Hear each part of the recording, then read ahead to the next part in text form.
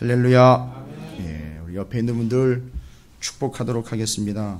뭐라고 축복하느냐 하면 이렇게 축복하도록 하겠습니다. 때를 놓치시면 안 됩니다. 라고 축복하시기 바라겠습니다. 예. 절대 때를 놓치시면 안 됩니다. 여러분, 제가 요즘에 사순절 새벽기도 묵상하면서 아마 주중에 어느 한 날이었던 것 같아요. 화요일인가요? 제가 이제 성경에 나와 있는 중요한 질문 두 가지를 항상 잊지 말아야 된다고 말씀드렸어요. 구약의 제일 중요한 질문은 뭐냐 하면 아담아 네가 어디 있느냐라는 질문이었어요. 아담아 네가 어디 있느냐, 너 지금 도대체 뭐 하고 있는 거냐, 뭐 이런 얘기인 거예요. 너 현재 위치가, 너 현재 상태가 어떤 상태냐, 실제로 내가 뭐 집에 있느냐, 교회에 있느냐, 시장 바닥에 있느냐, 이런 위치, 공간을 이야기하는 게 아니라 상태를 묻는 거예요. 넌 지금 어떤 상태냐 도대체. 그래, 지금 아담에게 물었던 그때의 상태는 뭐예요? 아담의 상태는 어떤 상태? 아담아 내가 지금 어디 있느냐 물었을 때 아담의 상태는요, 하나님을 피해 다니는 상태였단 말이에요. 그걸 알아먹으라는 얘기거든요. 근데 거기서 눈치 없이 제가 동산 중앙에 있는데요 뭐 이런 대답 해버리면 또 뭐 소용이 없겠지만, 지금 현재 우리의 영적 상태가 어떤지를 점검하려는 겁니다. 좋은 시간 아닙니까? 사순절 기간 동안에 내가 말씀을 얼마나 알고 있고, 죄송합니다만 얼마나 알고 있고 아니에요, 얼마나 모르는지. 또 한 가지는요, 내가 기도를 얼마나 안 하는지, 내가 얼마나 완고한지, 내가 얼마나 명목분인지, 이런 거 깨달으려는 거 아닙니까? 그죠? 여러분, 기분 잡치게 해드리려고 말씀드리는 게 아니에요. 저도 매일 말씀 앞에 서면 제가 얼마나 말씀을 모르는지 창피해가지고 책을 놓을 수가 없어요. 정말 죄송스러워 하나님 말씀을 덮어 놓을 수가 없어요. 잘 때라도 좀 펼쳐놓고라도 자야 될 것 같아요. 얼마나 말씀을 모르는지. 또한 한 가지의 질문은 뭡니까? 신약에 넘어오면요, 너는 나를 누구라 하느냐, 이 질문이에요. 지금 그 누구에게 물은 겁니까? 베드로에게 물은 거 아닙니까? 그 대답이 뭐였죠?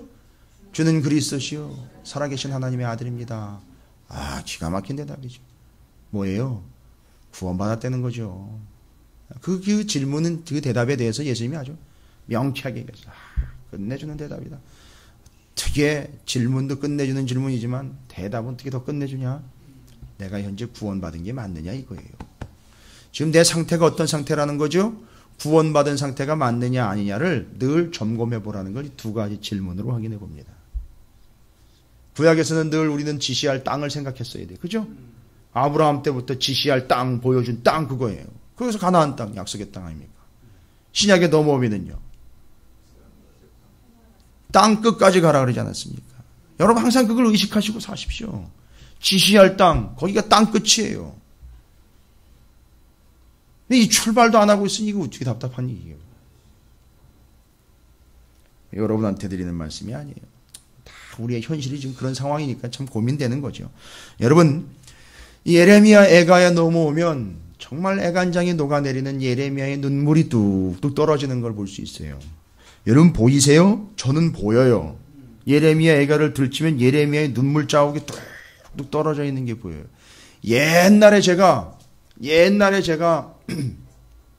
저희 어머니에게, 죄송합니다, 거짓말하다가 정말 엄청나게 두들겨 맞았어요. 그래가지고 눈물을 뚝뚝 흘리면서 일기를 썼어요. 나중에 보니까 일기장에 눈물짝이 입에 베겨 있더라고요. 뭐 그런 눈물은 아니지만 정말 아픔과 절규의 눈물로 이 예레미야 애가에는 예레미야의 눈물이 뚝뚝 떨어져 있습니다. 우리 창세기에 보면 하나님의 눈물이 비가 되어 내린 사건이 있죠. 노아의 방주 사건이죠. 그 죽어가는 사람들이 그놈 쌤통이다, 그놈의 자식들 말 안 듣더니만 아주 잘 됐다. 하나님이 그러셨겠어요? 그 죽어가면서 노아의 방주 바깥에서 손바닥이 그냥 팍팍 빠지고 손톱이 빠지도록 살려달라고 밖에서 난리를 쳤을 때인데 사람들이 다 몰려들었을 때, 그때 죽어가는 모습을 보면서 하나님이 이렇게 비를 쭉쭉 내리면서 한 번 다 씻겨 내려가라 그냥 그러셨겠어요? 아니요. 그건 하나님의 눈물이었습니다. 여러분, 이걸 아는 자들만 신앙생활에 승리할 수 있어요. 돈 잘 벌고 명예를 잘 관리하는 자들이 성공하는 것이 아니라 이 하나님의 마음을 아는 자들만 성공할 수 있는 거예요. 여전히 성공이라는 의미도 미지수긴 해요. 뭘 성공으로 보느냐? 그것도 참 고민되는 일이죠. 자, 이제 예루살렘이 망했어요. 아주 산산조각이 났습니다. 아주 박살이 나버렸어요. 그 박살난 예루살렘을 보면서 이건 도대체 뭔 변명거리나 뭔 이유도 될 수가 없다. 이건 망한 거다 이거예요. 망했어요. 그래서 쉽게 쓸 수 없는 단어가 오늘 등장을 해요. 여러분, 이건 쉽게 사용할 수 있는 단어가 아니에요. 뭡니까? 하나님의 진노라는 단어예요. 예루살렘에 대한 하나님의 진노가 극에 달해서 결국은 망했습니다. 여러분, 제가 여러 번 말씀드렸어요. 우리가 구원을 받는데요. 그죠? 무엇으로부터 구원을 받습니까? 세상의 조롱거리와 세상의 외면과 세상의 오해로부터, 세상의 공격으로부터 우리는 구원을 받는 겁니까?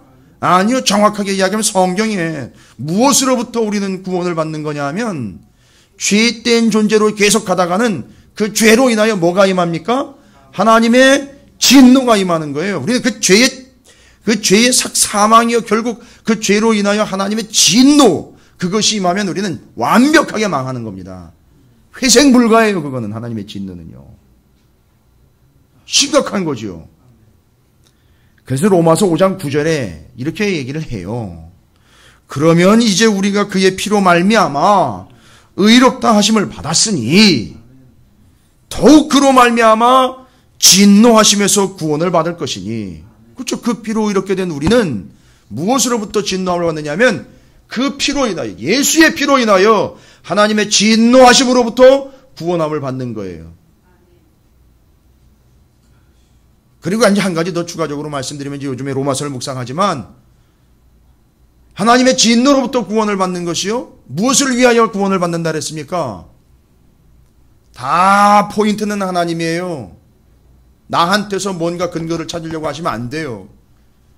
하나님의 진노로부터 구원을 받으며 구원의 목적은요, 하나님의 영광을 위함인 거예요. 이거 명확하게 기억하십시오.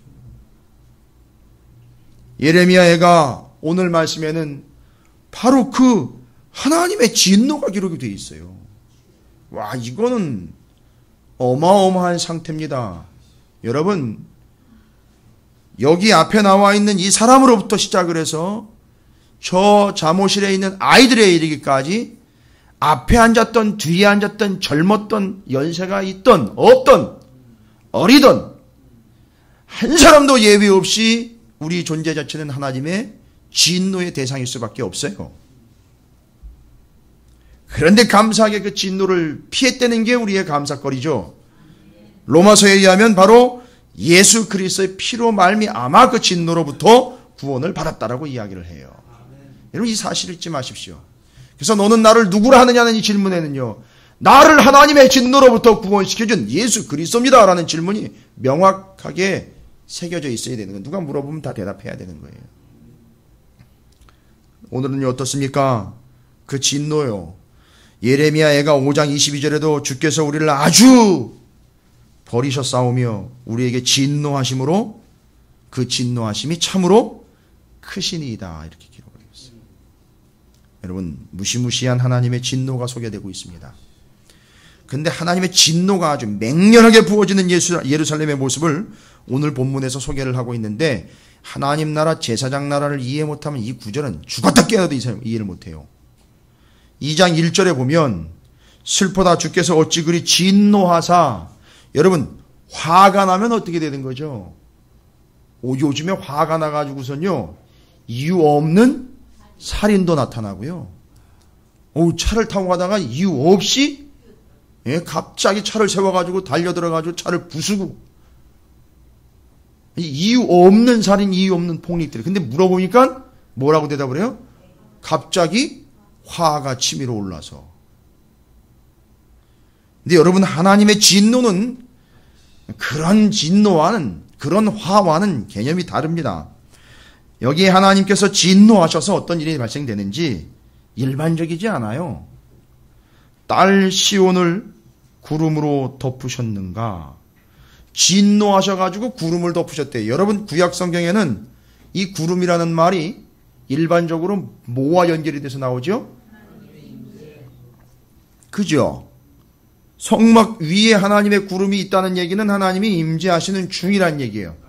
그래서 요한계시록에 구름 타고 온다는 얘기는 먹구름 몰고 오신다는 얘기가 아니고요. 하나님이 임재하신다는 얘기예요. 실제로. 그걸 갖다 이단들이 잘못 해석을 해가지고 뭘 구름이 누군둥 무누군둥 막 이따위 헛소리 자꾸 해야 되는데 절대 믿지 마시고요. 하여튼 이 구름이라는 건 하나님이 임재하심에 대한 명확한 근거고 상징이에요. 근데 여기 보면 진노하사 딸 시온을 구름으로 덮으셨대요. 아니 그럼 뭐예요? 하나님의 임재면은요 축복 아닙니까? 근데 알고 봤더니 뒤에 얘기랑 연결해 보니까 이 구름은요 안고 빠진 빵이에요. 뭔 얘기냐면 하나님이 없는 구름이에요. 그냥 비구름입니다. 재앙의 구름일 뿐이에요. 뒤에 보시면 자 그럼 하나님 없는 구름, 하나님 없다는 얘기예요. 지금 하나님이 오시지 않는다는 얘기예요. 왜냐하면 뒤에 보세요. 이스라엘의 아름다움을 하늘에서 땅에 던지셨으며 그냥 박살 난 거죠. 그의 진노의 날에 자 보세요. 하나님이 진노의 날에 어떻게 했어요? 그의 발판을 기억하지 아니하셨도다. 이 뭐예요? 또 뭐 발판, 구름 나오고 발판 나오고. 구름은 하나님 임재지요. 그게 어디 위에 떠 있습니까? 성막, 성소 위에 떠 있죠. 근데 여기 지금 발판이래요. 하나님이 진노의 날에 그의 발판을 기억하지 않는데요. 이건 하나님이 발판이라는 얘기는 하나님이 발을 딛고 있었다는 얘기인데 그걸 지금 기억 안 한다는 얘기예요. 그러면 하나님이 발을 어디에다 딛고 있었습니까? 임재하셨다 그랬잖아요. 어디에 임재하신 거예요? 성막 성소에 임재하신 거 아니에요.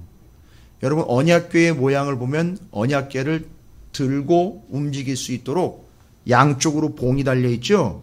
거기 매듭이 지어져 있습니다. 사람들 유대인들은 뭘 어떻게 믿었느냐면 그 매듭이 바로 하나님의 발 자리라라고 생각을 해요. 언약궤 뚜껑이 하나님의 자리고요. 앉는 자리고. 그러니까 언약궤가 일종의 의자처럼 보여서 하나님이 거기 탁 앉아 계시는 것처럼 생각을 했어요.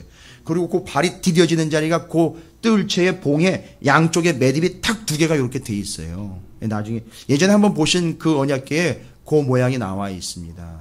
그러니까 이 발판은 뭘 얘기하는 거냐면 성소, 성막, 언약궤 거기를 이야기하는 거예요.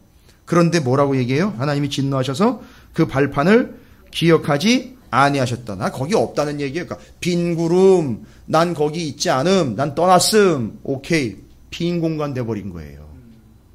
그러니까 하나님이 함께 하시지 않는다는 얘기예요. 난 떠났다 이 얘기예요. 여러분 이게 진노의 구체적인 모습이에요. 여러분 제일 무서운 게 뭐냐 하면 하나님이 떠나가시는 거예요. 없는 거예요 하나님이. 근데 하나님 없는 채로 신앙생활하는 사람들이 있어요 실제로. 보십시오. 빈 구름에서 뜬 구름만 잡는 거예요 진짜. 하나님이 임재하시지 않는 예배의 처소에서 자기 혼자 좋다고 예배하고 있는 거예요. 이게 지금 빈 구름과 하나님이 기억하시지 아니하는 발판. 결국 하나님이요 제사로 이들의 은혜요 예배를 받으시는 이 구약의 이스라엘 백성들의 이 신분과 현재 처지를 그냥 다 거부해 버리시는 거예요. 그러니까 싹 다 아이 싫어 딱 이렇게 버린 거예요. 그러니까 하나님은 거기 계시지도 않고 아무리 그들이 예배를 드려도 제사를 드려도요 안 받으실 뿐만 아예 제사를 드리지 못하도록 어떻게 하셨어요?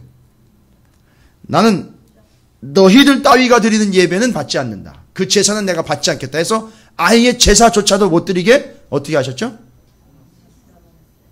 성전을 다 부셔버렸잖아요. 아예 제사도 드리지 못하도록 해버리셨어요. 너는 제사 드릴 자격도 없다는 얘기예요. 오, 무섭죠? 여러분 제가 문 앞에 서가지고 여러분 들어오시는데 어마어마한 능력을 받았어요. 제가 일주일 동안에 삶의 스케줄이 쫙 되는 거예요. 엉망진창이구만. 가세요. 오지 마세요. 예배 드릴 자격 없습니다. 여러분 이러면 어쩔 거예요? 여러분 감사하셔야 돼요. 제게 그런 능력이 없는 거에 대해서. 목사가 맨날 뭐 능력이 없대는 등 뭐 은사가 없대는 등 뭐 이래가지고. 여러분 오늘 아침에도 제가 말씀드렸지만 은사 은혜는 그런 걸 은사은혜라고 하지 않아요. 자, 이 정도니 하나님이 난 너 안 받겠다는 거예요. 아예 제사 드리지 말래는 넌 제사 드릴 자격도 없다는 거예요. 여러분 이건 뭘 의미한다 그랬어요? 구약의 이스라엘 공동체를 생각해 보세요. 너는 제사 드릴 자격이 없어. 아니 무리 안에 있는데요. 그 광야에 텐트 치고 천막 치고 이렇게 또 이렇게 성막을 중심으로 텐트 치고 다 이렇게 바라보고 있는데 넌 제사 드릴 자격이 없다는 거예요. 그럼 뭔 얘기예요? 제사 드릴 자격이 없는 걸로 판명이 났어 이 사람. 그럼 이거 어떻게 해야 돼요? 진영 바깥으로 쫓아내는 거, 나가는 거, 넌 가서 광야에서 죽으라는 얘기예요. 이거 아주 비참한 거 아닙니까? 그러니까 여러분 예배를 드릴 수 있다는 사실 자체가 뭐예요? 어마어마한 은혜인 거예요. 어떻게 예배 시간에 늦어요, 근데? 어떻게 예배를 빼먹느냔 말이에요, 그런데. 이걸 안다면은요. 그거 어떻게 예배를 다른 걸로 바꿉니까? 물론 여기 계신 분들은 한 번도 안 그래요. 그래서 제가 답답할 때가 있어요.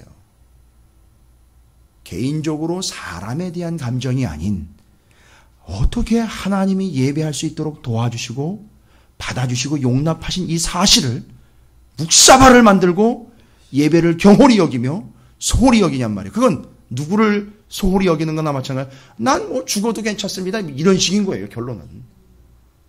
난 상관하지 않겠습니다. 이런 식인 거예요. 그런데 어쨌든 지금 이스라엘은요. 그 짓거리를 하다가 결국은 예배조차도 드리지 못하도록 하나님이 그냥 싹 원천 봉쇄를 해버리신 거예요. 여러분 언젠가 이런 때가 와요. 분명히 온다 그랬어요. 요한계시록에 보면 예배를 드리고 싶어도 드리지 못하게 막을 때가 온다 그랬어요. 물론 사단들과 악의 세력들이 막을 수도 있어요. 그리고 하나님은 궁극적으로 마음대로 언제든지 여유 있게 허락을 하시지 않아요. 때가 되면 여러분이 드리고 싶어도 드리지 못할 때가 옵니다. 그래서 2장 1절에 진노하사 진노의 날에 3절에는요. 맹렬한 진노로 이스라엘의 모든 뿔을 자르요. 뿔을 자르대. 이 뿔이 뭡니까? 뭘 얘기하는 거예요? 뭐 머리에 뿔 났다 그래서 뭐 못된 송아지 뭐 엉덩이에 뿔 난 그런 게 아니라 이 뿔은 뭘 얘기하는 거냐면 그 권력과 권위와 존재를 이야기하는 거예요. 그러니까 어떻게 되는 거예요? 다 없애버렸다는 거예요. 원수 앞에서 그의 오른손을 뒤로 어떻게 했어요? 거두어들이. 이 오른손을 하나님이 뒤로 거두어들이 뒷짐지고 계시는 거예요. 뭔 얘기예요? 성경에 보면 하나님께서 우리를 어떻게 하신다 그랬어요? 그의 오른팔로 어떻게 하신다 그랬어요? 붙잡아 주시고 안아 주신다 그랬잖아요. 근데 이걸 어떻게 한 거예요, 지금?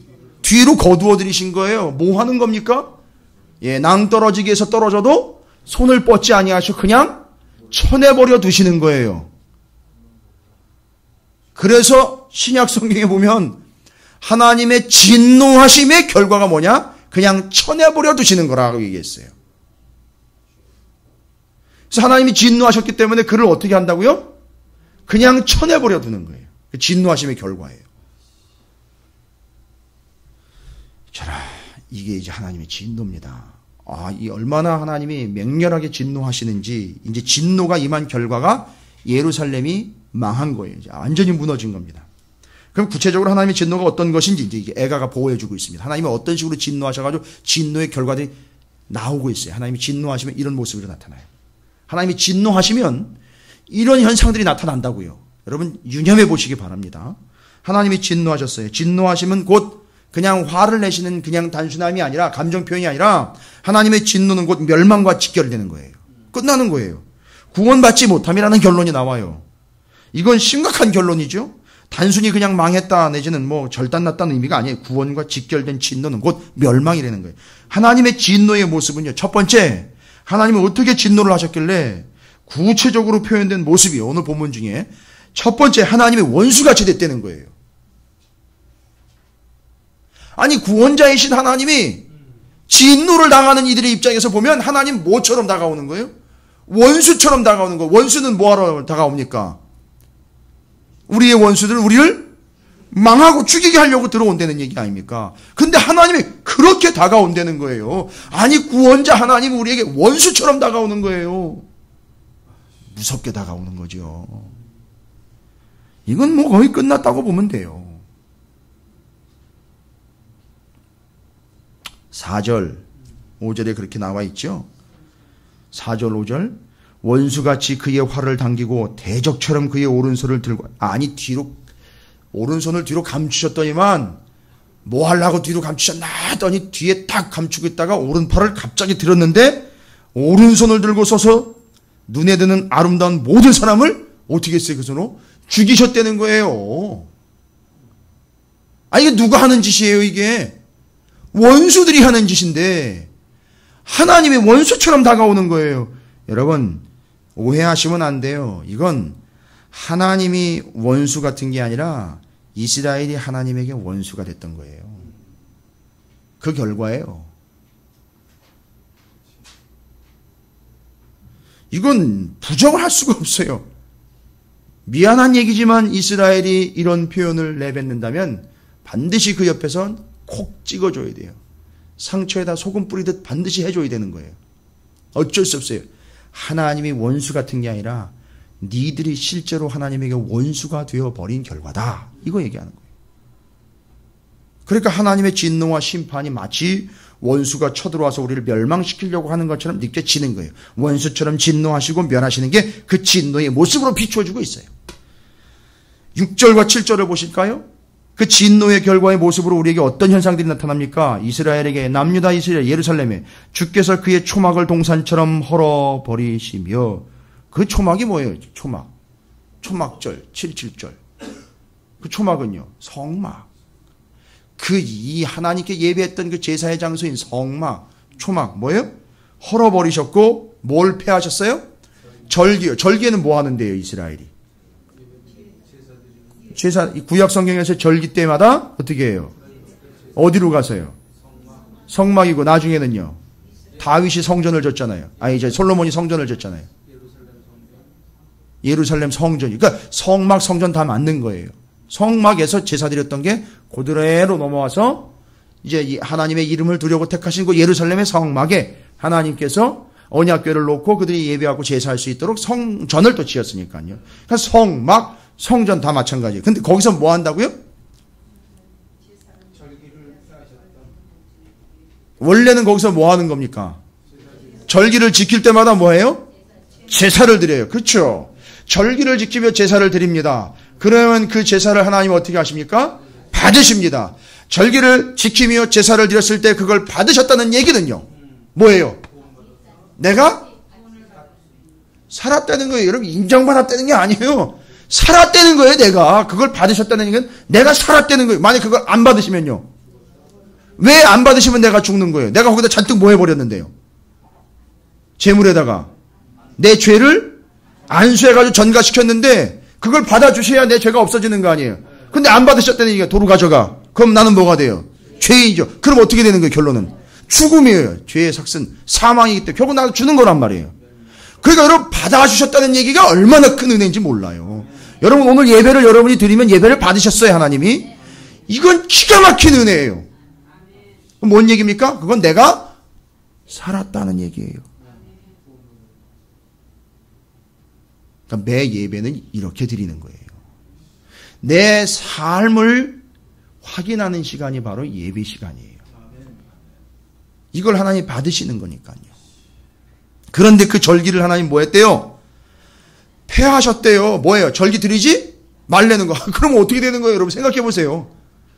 아니 그냥 이걸 그냥 대충 넘어가요. 이 말씀을. 이 얼마나 이 중요하고 심각한 말씀인데. 옛날에 뭐 제사장들을 통해서 제사를 드렸고 이스라엘은 예배 제사 드리는 공동체니까 제사 드리는 거 또 드리지 않는 거 뭐 이런. 이렇게 단순하게 이야기를 합니까? 정말 몰라도 너무 모르게 얘기하는 거예요. 이들이 제사를 드려서 제사를 반드시 드려 제물을 드려 이들의 존재가 살아나는 거 이게 제사장 나라의 핵심이잖아요. 근데 이걸 폐했다는 거예요. 절기를 폐했다는 거예요. 제사 드리지 말라는 얘기 아닙니까? 그럼 뭐라는 얘기예요? 너 죽어라 이놈아 이 얘기 아니에요. 넌 죽었다 이 얘기 아니에요. 난 네 제사 안 받는다는 얘기는 넌 끝났다는 얘기 아닙니까? 근데 이걸 별로 대수롭지 않게 받아요. 지금 아직 구약입니다. 이 나라는 제사장 나라예요.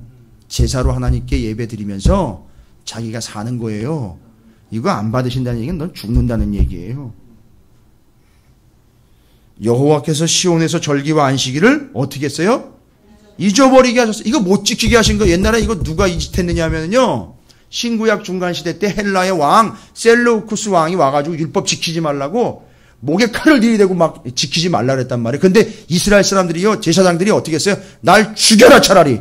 날 죽이고 저 성전으로 들어가라 그래. 성전 들어가서 성전 다 때려 부시려고 들어왔는데 제사장들이 무릎 꿇고 다 마당에 섰어요. 성전 마당에 딱 서가지고 니들 우리를 죽이기 전에 못 들어간다. 이래가지고 지켜냈단 말이에요. 그렇게 지키는 거예요. 예배를, 제사를요.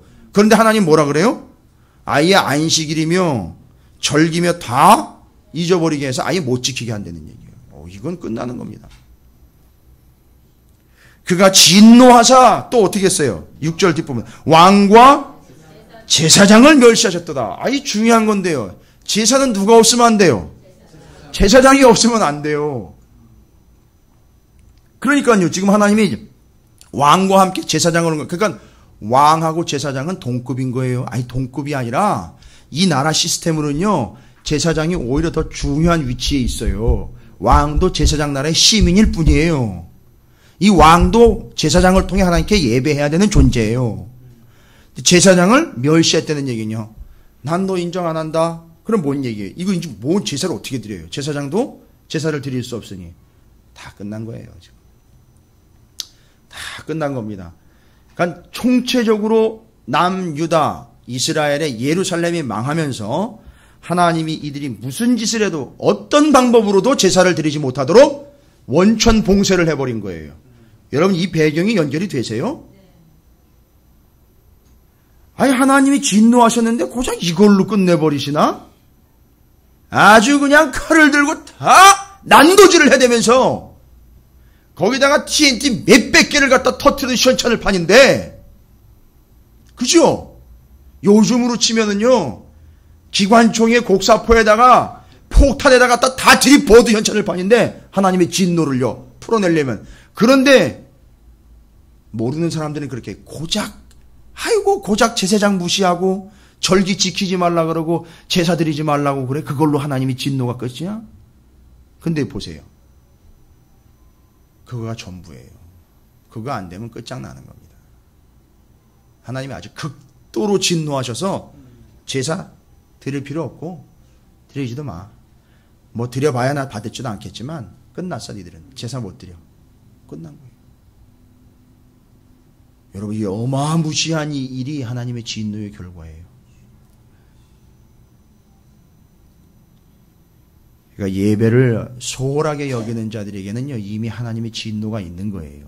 그 속에는요 하나님이 뭐 열내셔야 진노가 아니에요. 예배 자체가 되지 않도록 하고 있는 상황 자체가 하나님의 진노예요. 신약에서는 뭐라 그랬다고요? 진노의 결과로 그냥 쳐내버려도 되는 거예요. 이게 얼마나 무시무시한 건지. 7절에는 아예 이렇게 얘기를 하셔요. 여호와께서 또 자기 제단을 아니 조아라라고 받으시는 때는 언제고요? 그 제단을 아예 버리셨대요. 하나님이 버리시고요. 뒤에는요 자기 성소를 미워하셨대요. 여러분 이게 뭐 그 공간을 미워했다는 얘기예요? 드리러 오는 고놈들이 미운 거예요. 그러니까 하지 말라는 거예요. 자, 원천 봉쇄됐습니다. 첫 번째 진노는 하나님이 원수같이 됐다는 거 아니에요. 그죠? 이건 뭘 이야기한다고요? 하나님이 진짜 원수처럼 돌변해버린 게 아니라 우리가 이미 하나님에게 원수 같은 존재가 된 거예요. 꼭 하라는 건 안 하고 하지 말라는 것만 골라 하더라는 거죠. 그게 원수죠. 그 다음에는요. 두 번째는요. 성소, 제사장, 율법, 절기, 제단을 다 소용없이 만들어. 아니 원천 봉쇄해서 절대 이스라엘이 뭐 하지 못하도록 하고 있다? 제사 드리지 못하도록 하고 있다. 이건 끝난 거예요. 제사 못 드리면 어떻게 된다 그랬죠? 아까? 죽는다 그랬죠? 추방당하는 거나 마찬가지라 그랬죠? 진영 밖으로 쫓겨나는 거나 마찬가지라 그랬죠? 세 번째로는요. 9절 끝부분에 나와 있습니다. 성문이 땅에 묻히며 빗장이 부서져 파괴되고 왕과 지도자들이 율법 없는 이방인들 가운데 있으며 왕하고 지도자들이 어디 있대요 지금? 뭐가 없는요?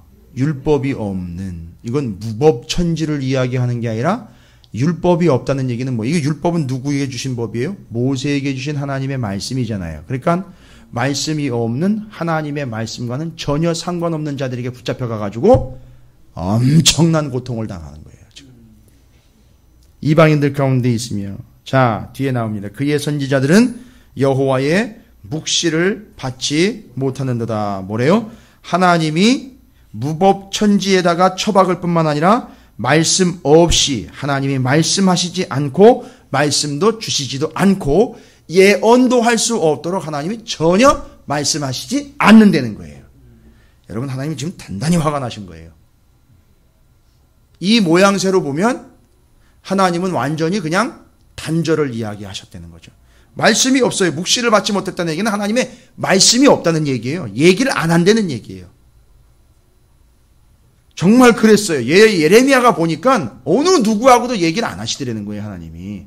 누구하고만 얘기하고 있어요? 예레미야하고만 얘기하고 있는 거예요. 지금. 다른 어느 누구하고도 얘기 안 하고 있어요. 제가 요즘에 좀 안타까운 게 뭐냐면 이단들이 좀 이용해 먹으려면은요, 요런 걸 이용을 해야 돼요. 나하고만 얘기한다, 직통계시다라고 이야기할 때요, 매 이상하게 쓸데없이 뭐 예수만 자꾸 끌어다니는데, 그거는 너무 식상한 거예요. 좀 성경을 좀 알면은요, 요런 예레미야 이야기를 잘 섞어가지고선 잘 믹스를 해가 내가 예레미야 같은 존재예요. 이러면 먹힐 수 있을 거예요. 무식해가지고 요런 걸 써먹을 생각을 하는 건 다 지가 제일인 줄 해요. 제가 애들한테 얘기해 줬어요. 네가 제일 좀, 야, 네 피가 좀 필요하다 그러면. 애들한테 할 얘기나, 네 목을 좀 따야 되겠다. 너 피가 좀 필요하다. 예수님이처럼. 제일인 줄 알면. 다 도망가겠지요, 뭐. 언제 그 자기 목 내놓고 있겠어요? 자, 바로 이게 하나님의 진노하심의 결과들입니다. 그래서 이 진노하심의 하나님이 이렇게 반응하시죠. 원수되심, 성소, 제사장, 율법 다 막아버리셨고 말씀하시지 않음. 이제 그 결과로서 발생되는 일들이 11절부터 17절까지 쭉 나와 있어요. 제가 이거 다시 읽어드리지 않아도 여러분이 집에 가셔서 읽든 잠깐 예배가 끝나고 묵상하시든 11절부터 17절까지 한 번만 읽어보시면 하나님이 원수가 되어 또 성소며 제사장이며 제사이며 모두 다 원천 봉쇄하시고 하나님 말씀하시지 않는 상태에서 발생되는 결과들이 11절부터 17절까지 쭉 나와 있으니 읽어보시기만 해도 비참한 상황이라는 걸 아실 수 있을 거예요. 자, 그러면 이제 중요한 겁니다. 오늘 이걸 반드시 정리하셔야 돼요. 그럼 보세요. 하나님은 진노의 상황이요. 이건 지금 멸망을 받을 수밖에 없는 아주 절박한 처지요. 하나님이 원수처럼 변해버렸고 모든 재산은 다 막혀버렸고요. 하나님의 말씀도 없어요. 이거 뭐 완전히 끝나버린 상태죠. 여러분, 이 상태에서 이스라엘 남유다여 하나님의 백성들이 할 수 있는 게 있습니까? 없습니까? 없어요. 할 만한 게 없습니다. 자, 이 상황에서는요, 하나님 말씀대로라면 여러분 반드시 이 상황에선 할 수 있는 걸 찾는 것이 아니라 제일 먼저 해야만 하는 게 무언지를 따져야 돼요. 이 상태라면은요. 뭘 해야 되느냐 이거예요. 선택의 여지가 아니라 반드시 해야 되는 게 있어요. 보십시오. 다른 여지는 아무것도 없습니다. 선택의 여지 없어요. 여기선 딱 한 가지만 반드시 해야 살아요. 뭐예요? 회개예요. 회개. 돌이키는 거예요. 회개밖에 없어요. 이 회개를요, 아주 잘 이야기한 선지자가 누구냐 하면 말라기 선지자예요. 구약의 마지막 선지자인 말라기 선지자가 이 회개에 대해서 정확하게 얘기했어요. 그러니까 지금 이스라엘은요, 다른 거 뭘 하려고 방법을 찾는 어리석음을 범하면 안 돼요. 지금 이 사람들이 해야만 하는 유일한 한 가지는 뭐라고요? 회개해야 되는 거예요. 여러분 말라기 한번 가볼까요? 말라기. 구약 성경의 맨 마지막 성경이니까 찾기 쉬우실 거예요. 말라기 4장으로 가보시면은요. 말라기서의 맨 마지막 장의 맨 마지막이에요. 구약의 마지막 선지자가 마지막으로 하는 얘기가 뭘까요? 신약의 첫 선지자가 처음으로 한 얘기랑 일치해요. 기가 막히게요. 자, 말라기 4장 5절 6절에 이스라엘이 지금 현재 망한 상황에서 할 수밖에 없는 것 딱 유일한 하나. 뭐라 그랬죠? 회개. 말라기가 이렇게 얘기합니다. 회개에 대해서. 말라기 4장 5절 6절입니다. 함께 읽어보도록 하겠습니다. 시작. 보라, 여호와의 크고 두려운 날이 이르기 전에 내가 선지자 엘리야를 너희에게 보내리니 그가 아버지의 마음을 자녀에게로 돌이키게 하고 자녀들의 마음을 그들의 아버지에게로 돌이키게 하리라. 돌이키지 아니하면 두렵건대 내가 와서 저주로 그 땅을 칠까 하노라 하시니라. 할렐루야. 여러분, 우리가 해야 되는 게 뭐라고요? 회개예요. 근데 회개의 본질을 여기서 얘기하고 있어요. 말라기에서. 어떻게 하는 거라고요? 마음을 누구에게로요? 아버지에게로 돌이키는 거예요. 그래서 메타노이에라는 회개라는 건 돌이켜 오다예요. 무슨 얘기인지 아시겠습니까? 그냥 방향을 트는 게 아니라 그냥 가다가 다시 어떻게 해요? 뒤로 돌아서 다시 오는 거예요. 돌이켜서 오는 거예요. 요게 지금 필요한 상황이에요. 다른 것 여지가 없습니다. 이스라엘에게는 현재 회개만 필요할 뿐입니다. 근데 회개는 누가 하는지 아십니까? 회개는요, 죽다 살아난 사람이 하는 게 아니에요. 아주 죽을 것 같아 다른 거 못하니까 너무 힘들어가지고 회개하는 게 아니에요. 이건 돌이키기를 바라는 마음을 아는 사람만 할 수 있는 거예요. 하나님의 마음을 알아야지만 회개를 할 수 있어요. 아무나 하는 게 아니에요. 그래서 예레미야가 지금 예루살렘 성 망한 걸 보고 막 울면서 통곡을 하잖아요. 다 망했다, 끝났다. 근데요, 똑같이 요 예루살렘 성을 보고요, 예수님이 우셨던 거 아십니까? 마태복음 23장 37절부터 39절에 요런 내용이 기록이 되어 있어요. 꼭 참고 구절로 적어 놓으세요. 예레미야가 예루살렘을 보며 통곡했던 내용이랑 똑같아요. 마태복음 23장 37절부터 39절입니다. 제가 읽어 드릴게요. 적어 놓으셨다 나중에 다시 한번 찾아봐 보십시오. 예루살렘아, 예루살렘아, 선지자들을 죽이고 내게 파송된 자들을 돌로 치는 자여, 암탉이 그 새끼를 날개 아래 모음같이 내가 내 자녀를 모으려 한 일이 몇 번이더냐. 그러나 너희가 원하지 아니하였도다. 보라, 너희 집이 황폐하여 버려진 바 되리라. 내가 너희에게 이르노니 이제부터 너희는 찬송하리로다. 주의 이름으로 오시는 이여 할 때까지 나를 보지 못하리라 하시니라. 예루살렘 망하고 난 다음에 언제까지 못 본다는 거예요? 예수님 오실 때까지 나 못 본다는 얘기예요. 지금 이건 예루살렘을 쳐다보며 예수님이 탄식하며 우시던 내용이에요. 근데 요게 또 닮았어요. 누구랑요? 예레미야가 예루살렘 망한 걸 보고선 울며 불며 통곡하는 내용이랑 꼭 닮은 거예요. 그러니까 예레미야는 누구의 마음을 알고 있어요? 하나님의 마음, 예수님의 마음을 알고 있는 거예요. 그러니까 예레미야를 보면 누구를 우리는 예상할 수 있는 거예요? 모른다는 게 아니에요. 예레미야에는 이미 예수님의 마음이 담겨 있어요. 구약 성경에 예수라는 이름이 없다고 오해하지 마십시오. 여호수아도 예수예요. 정확히 따지면. 그런데 그들을 통하여 보여주는 게 예수를 보여주고 있다는 거예요. 예수님이 나중에 오시면 어떻게 하라고요? 알아보라고. 아, 저분이 예수로구나. 알아보고 어떻게 하라고요? 그를 믿고 또 어떻게 하라고요? 구원받으라고요. 하나님의 진노로부터 벗어나라고. 그 예레미야가 울고 있는 모습이 예수님이 울고 있는 모습이랑 똑같은 거예요. 이 마음을 모르면은요, 아브라함이 자기 아들을 찔러 죽여야 된다는 이 마음은요, 누구의 마음이에요? 내 하나밖에 없는 독생자 예수, 이놈을 십자가에 박아 죽여야지만 저들이 산다라는 걸, 그 마음을 알지 못하는 사람은 절대 드릴 수 없어요. 그래서 마음이 공유된 거 아니에요? 그래서 아브라함을 하나님 뭐라고 얘기했어요? 친구라고 얘기한 거 아닙니까? 그 찔러 죽여야 될 때 그 아브라함의 마음이요. 아들을 죽여야 되는, 하나밖에 없는 아들을 죽여야 되는 그 마음이요.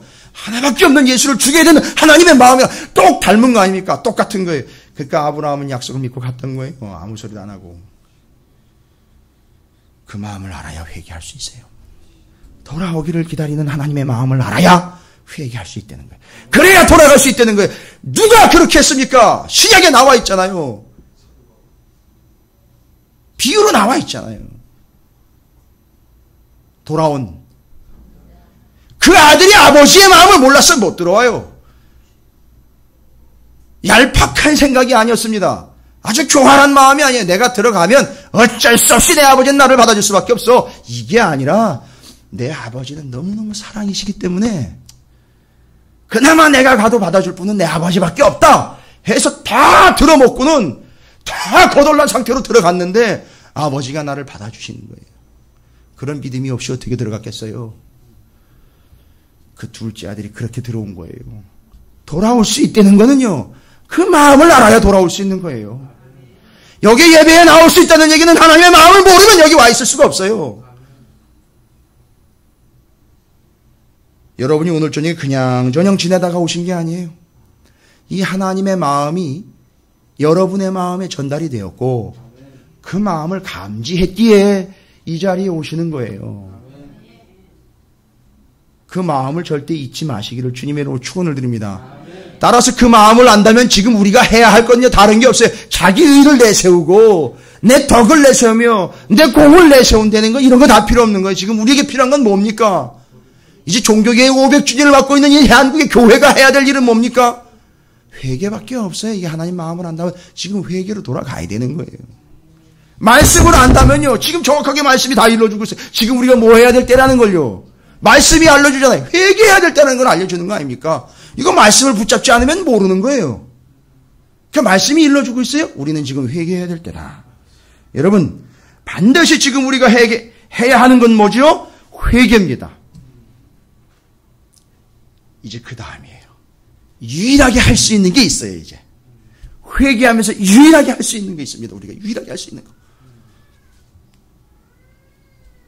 그건 그냥 우리를 위해서 하는 거예요. 어쩔 수 없어요. 그냥 감사한 거예요. 그냥 그렇게 할 수 있으면.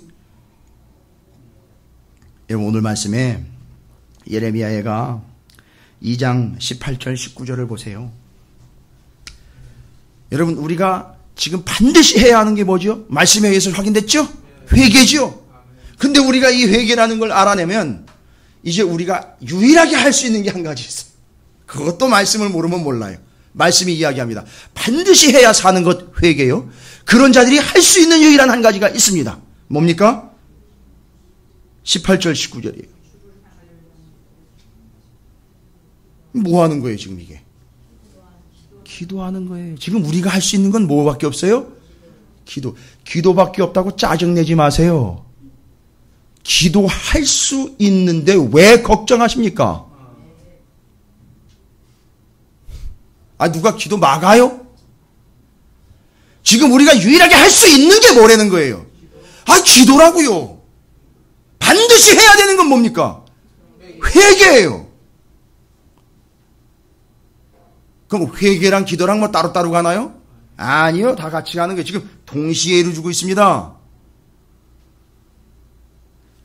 회개할 수 있는 자가 기도하는 거예요. 기도하는 자는 곧 회개합니다. 오죽하면 회개 기도라고까지 나옵니까? 자, 반드시 우리가 해야 하는 이 현실의 상황에서의 반드시 해야 하는 것 회개입니다. 우리가 이제 할 수 있는 유일한 한 가지가 있다면 바로 그것은 기도예요. 말씀 붙잡고 회개하여 다시 돌아오고 말씀 붙잡고 다시 기도하는 겁니다. 지금 우리가 할 수 있는 건 유일하게 그 기도예요. 뭐라고 나와 있습니까? 그들의 마음이 주를 향하여 18절입니다. 부르짖기를 딸 시온의 성벽아 너는 뭐예요? 밤낮으로요. 또 눈물을 강처럼 흘릴지어다 스스로 뭐 하고요? 쉬지 말고요. 이거 다 나와 있잖아요. 오늘 새벽에 제가 얘기한 거예요. 이거 오늘 새벽에 얘기한 거라고요. 오늘 새벽에 로마서 12장 묵상하면서 말씀 나눈 거예요. 오늘 새벽에 오신 분들은 아시겠지만 방송에 올라가 있으니까 궁금하시면 방송을 들어보십시오. 하여튼 엄청 빨리 올라가요. 설교가 빨리 들으시라고 핑계하지 못하도록. 올리신 분이 안 오셨어요?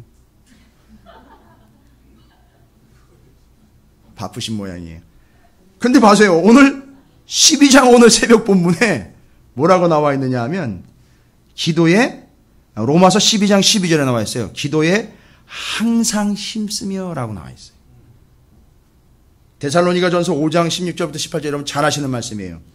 항상 기뻐하라. 쉬지 말고 기도하라. 범사에 감사하라. 딱 맞았더래. 밤낮으로 기도하라. 쉬지 말고 기도하라. 이게 다 일로 넘어가고 있어요. 지금 다 그걸 얘기하고 있다고요. 그 뭔 얘기를 드렸느냐 하면 오늘 오전에 여러분 기도는 힘 써야 되는 거예요. 기도가 되면 하는 게 아니라고요. 무슨 얘기인지 아시겠습니까? 여러분이 얼마나 오류에 빠져 있는지를 제가 증명을 해드릴게요. 기도는 여러분 흔하게 하는 말로 비유하기 쉽게 기도에 대해서 설명하는데 뭐라고 해요? 기도는 뭐라고 여러분 계속 들어오셨어요? 기도는 호흡이고 또 기도는요 하나님과의 대화라 그랬어요. 근데 잘 보세요. 기도가 안 된대요. 그럼 뭔 얘기인 거예요?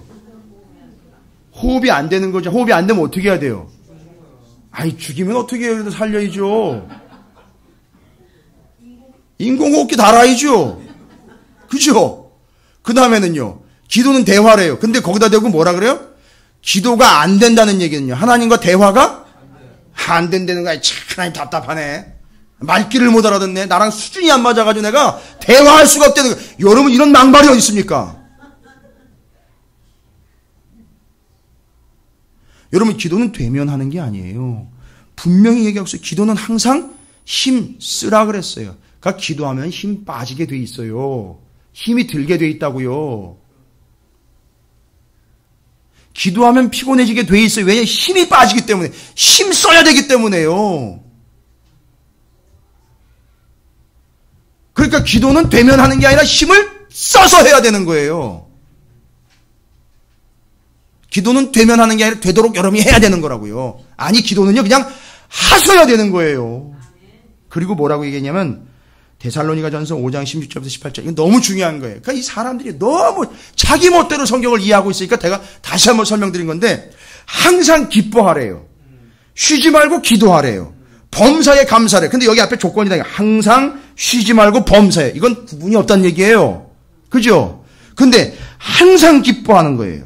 쉬지 말고 기도하라는 거고 범사에 가면 이걸 따로따로 띄어놔요. 근데 데살로니가전서 5장 16절부터 18절까지 이 구절은요. 항상 기뻐하라는 말과 범사에 감사라는 말 사이에 쉬지 말고 기도하라는 게 나와 있어요. 뭔 얘기냐면 쉬지 않고 기도하는 사람은 범사에 감사하게 돼 있어요. 그리고 쉬지 않고 기도하는 사람은요. 항상 쉬지 않고 기도하기 때문에 그것으로 항상 기뻐해요. 근데 조건이 아니에요. 이 사람이 기뻐할 만한 조건이 아니에요. 돈도 지질도 없어요. 잘난 구석에다가 누구만큼도 없는데 항상 기뻐하고 항상 감사하고 있어요. 모든 것에. 알고 봤더니 이 사람 특징이 있어요. 이 사람이 쉬지 않고 기도하더라는 거예요. 그러니까 여러분 쉬지 않고 기도하기 위해서는 장소를 가릴 수 있어요 없어요? 시간을 따질 수 있어요 없어요? 제가 다른 교단 아니 다른 종교를 인정하거나 그걸 찬양하는 게 아니지만 이슬람 교도들은요 기도 시간이 되면 거기가 어디든지 거기다 자리 펴고 기도해요. 이건 철저한 거예요. 기도에 대한 명확한 믿음이 있기 때문에 그래요. 근데 그 속으로 들어가면 잘못된 믿음이 있으니까 그게 문제죠. 그러나 그걸 표출해내는 그들의 모습을 보면 오히려 우리는 참 비참해지기도 하고 창피하게 여기지도 해요. 여러분 쉬지 말고 기도하라는 이야기요. 기도에 힘쓰라는 얘기입니다. 아니요, 또 하실 게 없어요. 기도는요. 그냥 하시는 거예요. 그래서 제가 새벽에도 말씀드린 거지만 결국 기도는 기도로 지키는 겁니다. 여러분 기도하면 어떤 역사가 나타나는지 아세요? 천지가 진동하고 뭐 어마어마한 역사가 나타나고 여러분 그건 뭐 나중 얘기예요. 여러분 기도를 하면은요 마음을 지킬 수 있어요. 예수님이 결국은 기도해가지고 어떻게 했다 그랬어요? 십자가를 졌어요. 어쨌든 십자가를 지셨다고. 야, 내가 너무 고통스럽다 이거. 내가 너무너무 힘들다 이거. 내가 해야 되는 일이긴 맞지만 이건 너무너무 나한테 힘든 일이다. 뭐가요? 십자가 지는 게. 그런데 그 힘든 일을요 져내셨다니까요. 알고 봤더니 예수님이 뭐 하신 분이에요? 기도하신 분이에요. 기도를 하셨어요. 근데 기도를 하셨더니만 마음을 지켜내셨어요. 이제 5, 6월달 묵상지가 나올 때 요한복음 부분과 사도행전 1장 부분을 제가 묵상한 내용들을 보시면 이 내용들이 잘 나와 있는데 거기 보면 마음을 지켜서 예수님은 십자가를 졌고요. 반대로요. 제자들 중에 베드로는요. 뭐라고 마음을 먹었습니까? 난 절대 부인하지 않습니다. 목에 칼이 들어와도 예수님 부인하지 않습니다 했는데요. 웬걸요? 어떻게 했어요?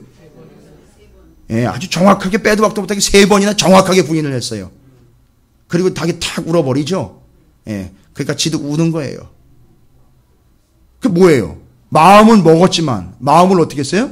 지키지 못했죠. 뭔 줄 아십니까? 이 이야기는요, 중요한 얘기예요. 베드로는 마음을 지키지 못함이에요. 결론은 그게 기도랑 연결이 되어 있다는 거예요. 이건 어떻게 바꿀 수가 없습니다. 여러분의 마음을요, 뭐로 지키는지 아십니까? 기도로 지키시는 거예요. 이게 다 어디에 나와 있어요? 말씀에 다 나와 있어요. 그러니까 말씀을 붙잡은 사람들은 지금 우리가 할 수 있는 건 뭐밖에 없다? 기도밖에 없다. 반드시 지금 우리가 해야 되는 건 뭐다? 회개해야 된다는 걸 아는 거예요. 그래서 회개함으로 기도로 나아가는 거예요.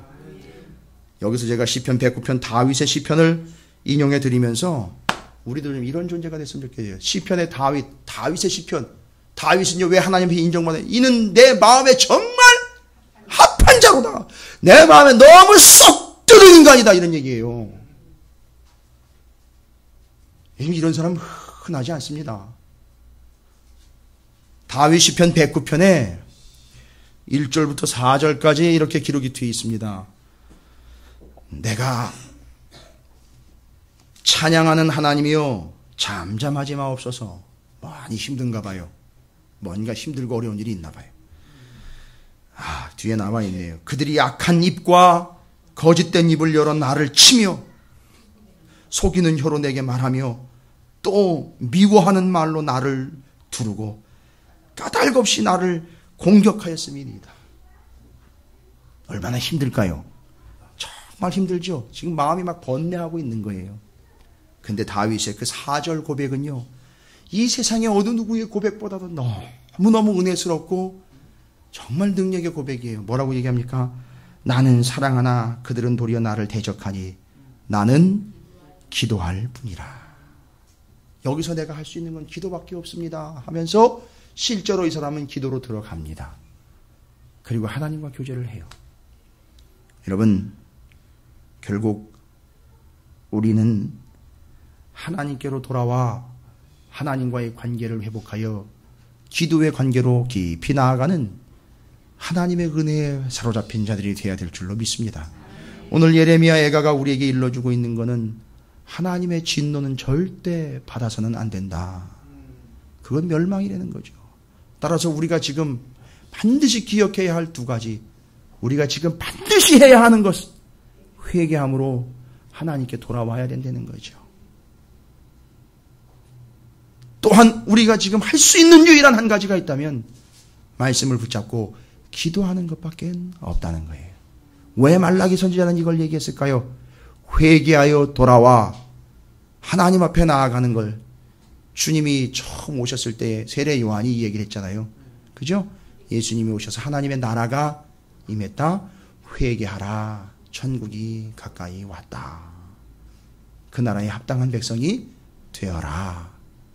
라고 외친 회개가 우리에겐 지금 반드시 필요한 겁니다. 여러분, 사셔야 되잖아요. 우리 회개해야 됩니다. 또한 우리는 하나님과 관계를 유지해야 되잖아요. 기도해야 됩니다. 지금 이때 예레미야에 가서 2장을 통해서 오늘 여러분에게 정확하게 일러주신 2가지 사실을 잊지 마시기 바랍니다. 지금은 그 어느 때보다도 반드시 회개해야 될 때이며 하나님 앞에 기도에 힘쓰며 쉬지 않고 기도해야 할 때라는 사실을 잊지 마시기를 주님의 이름으로 축원을 드립니다.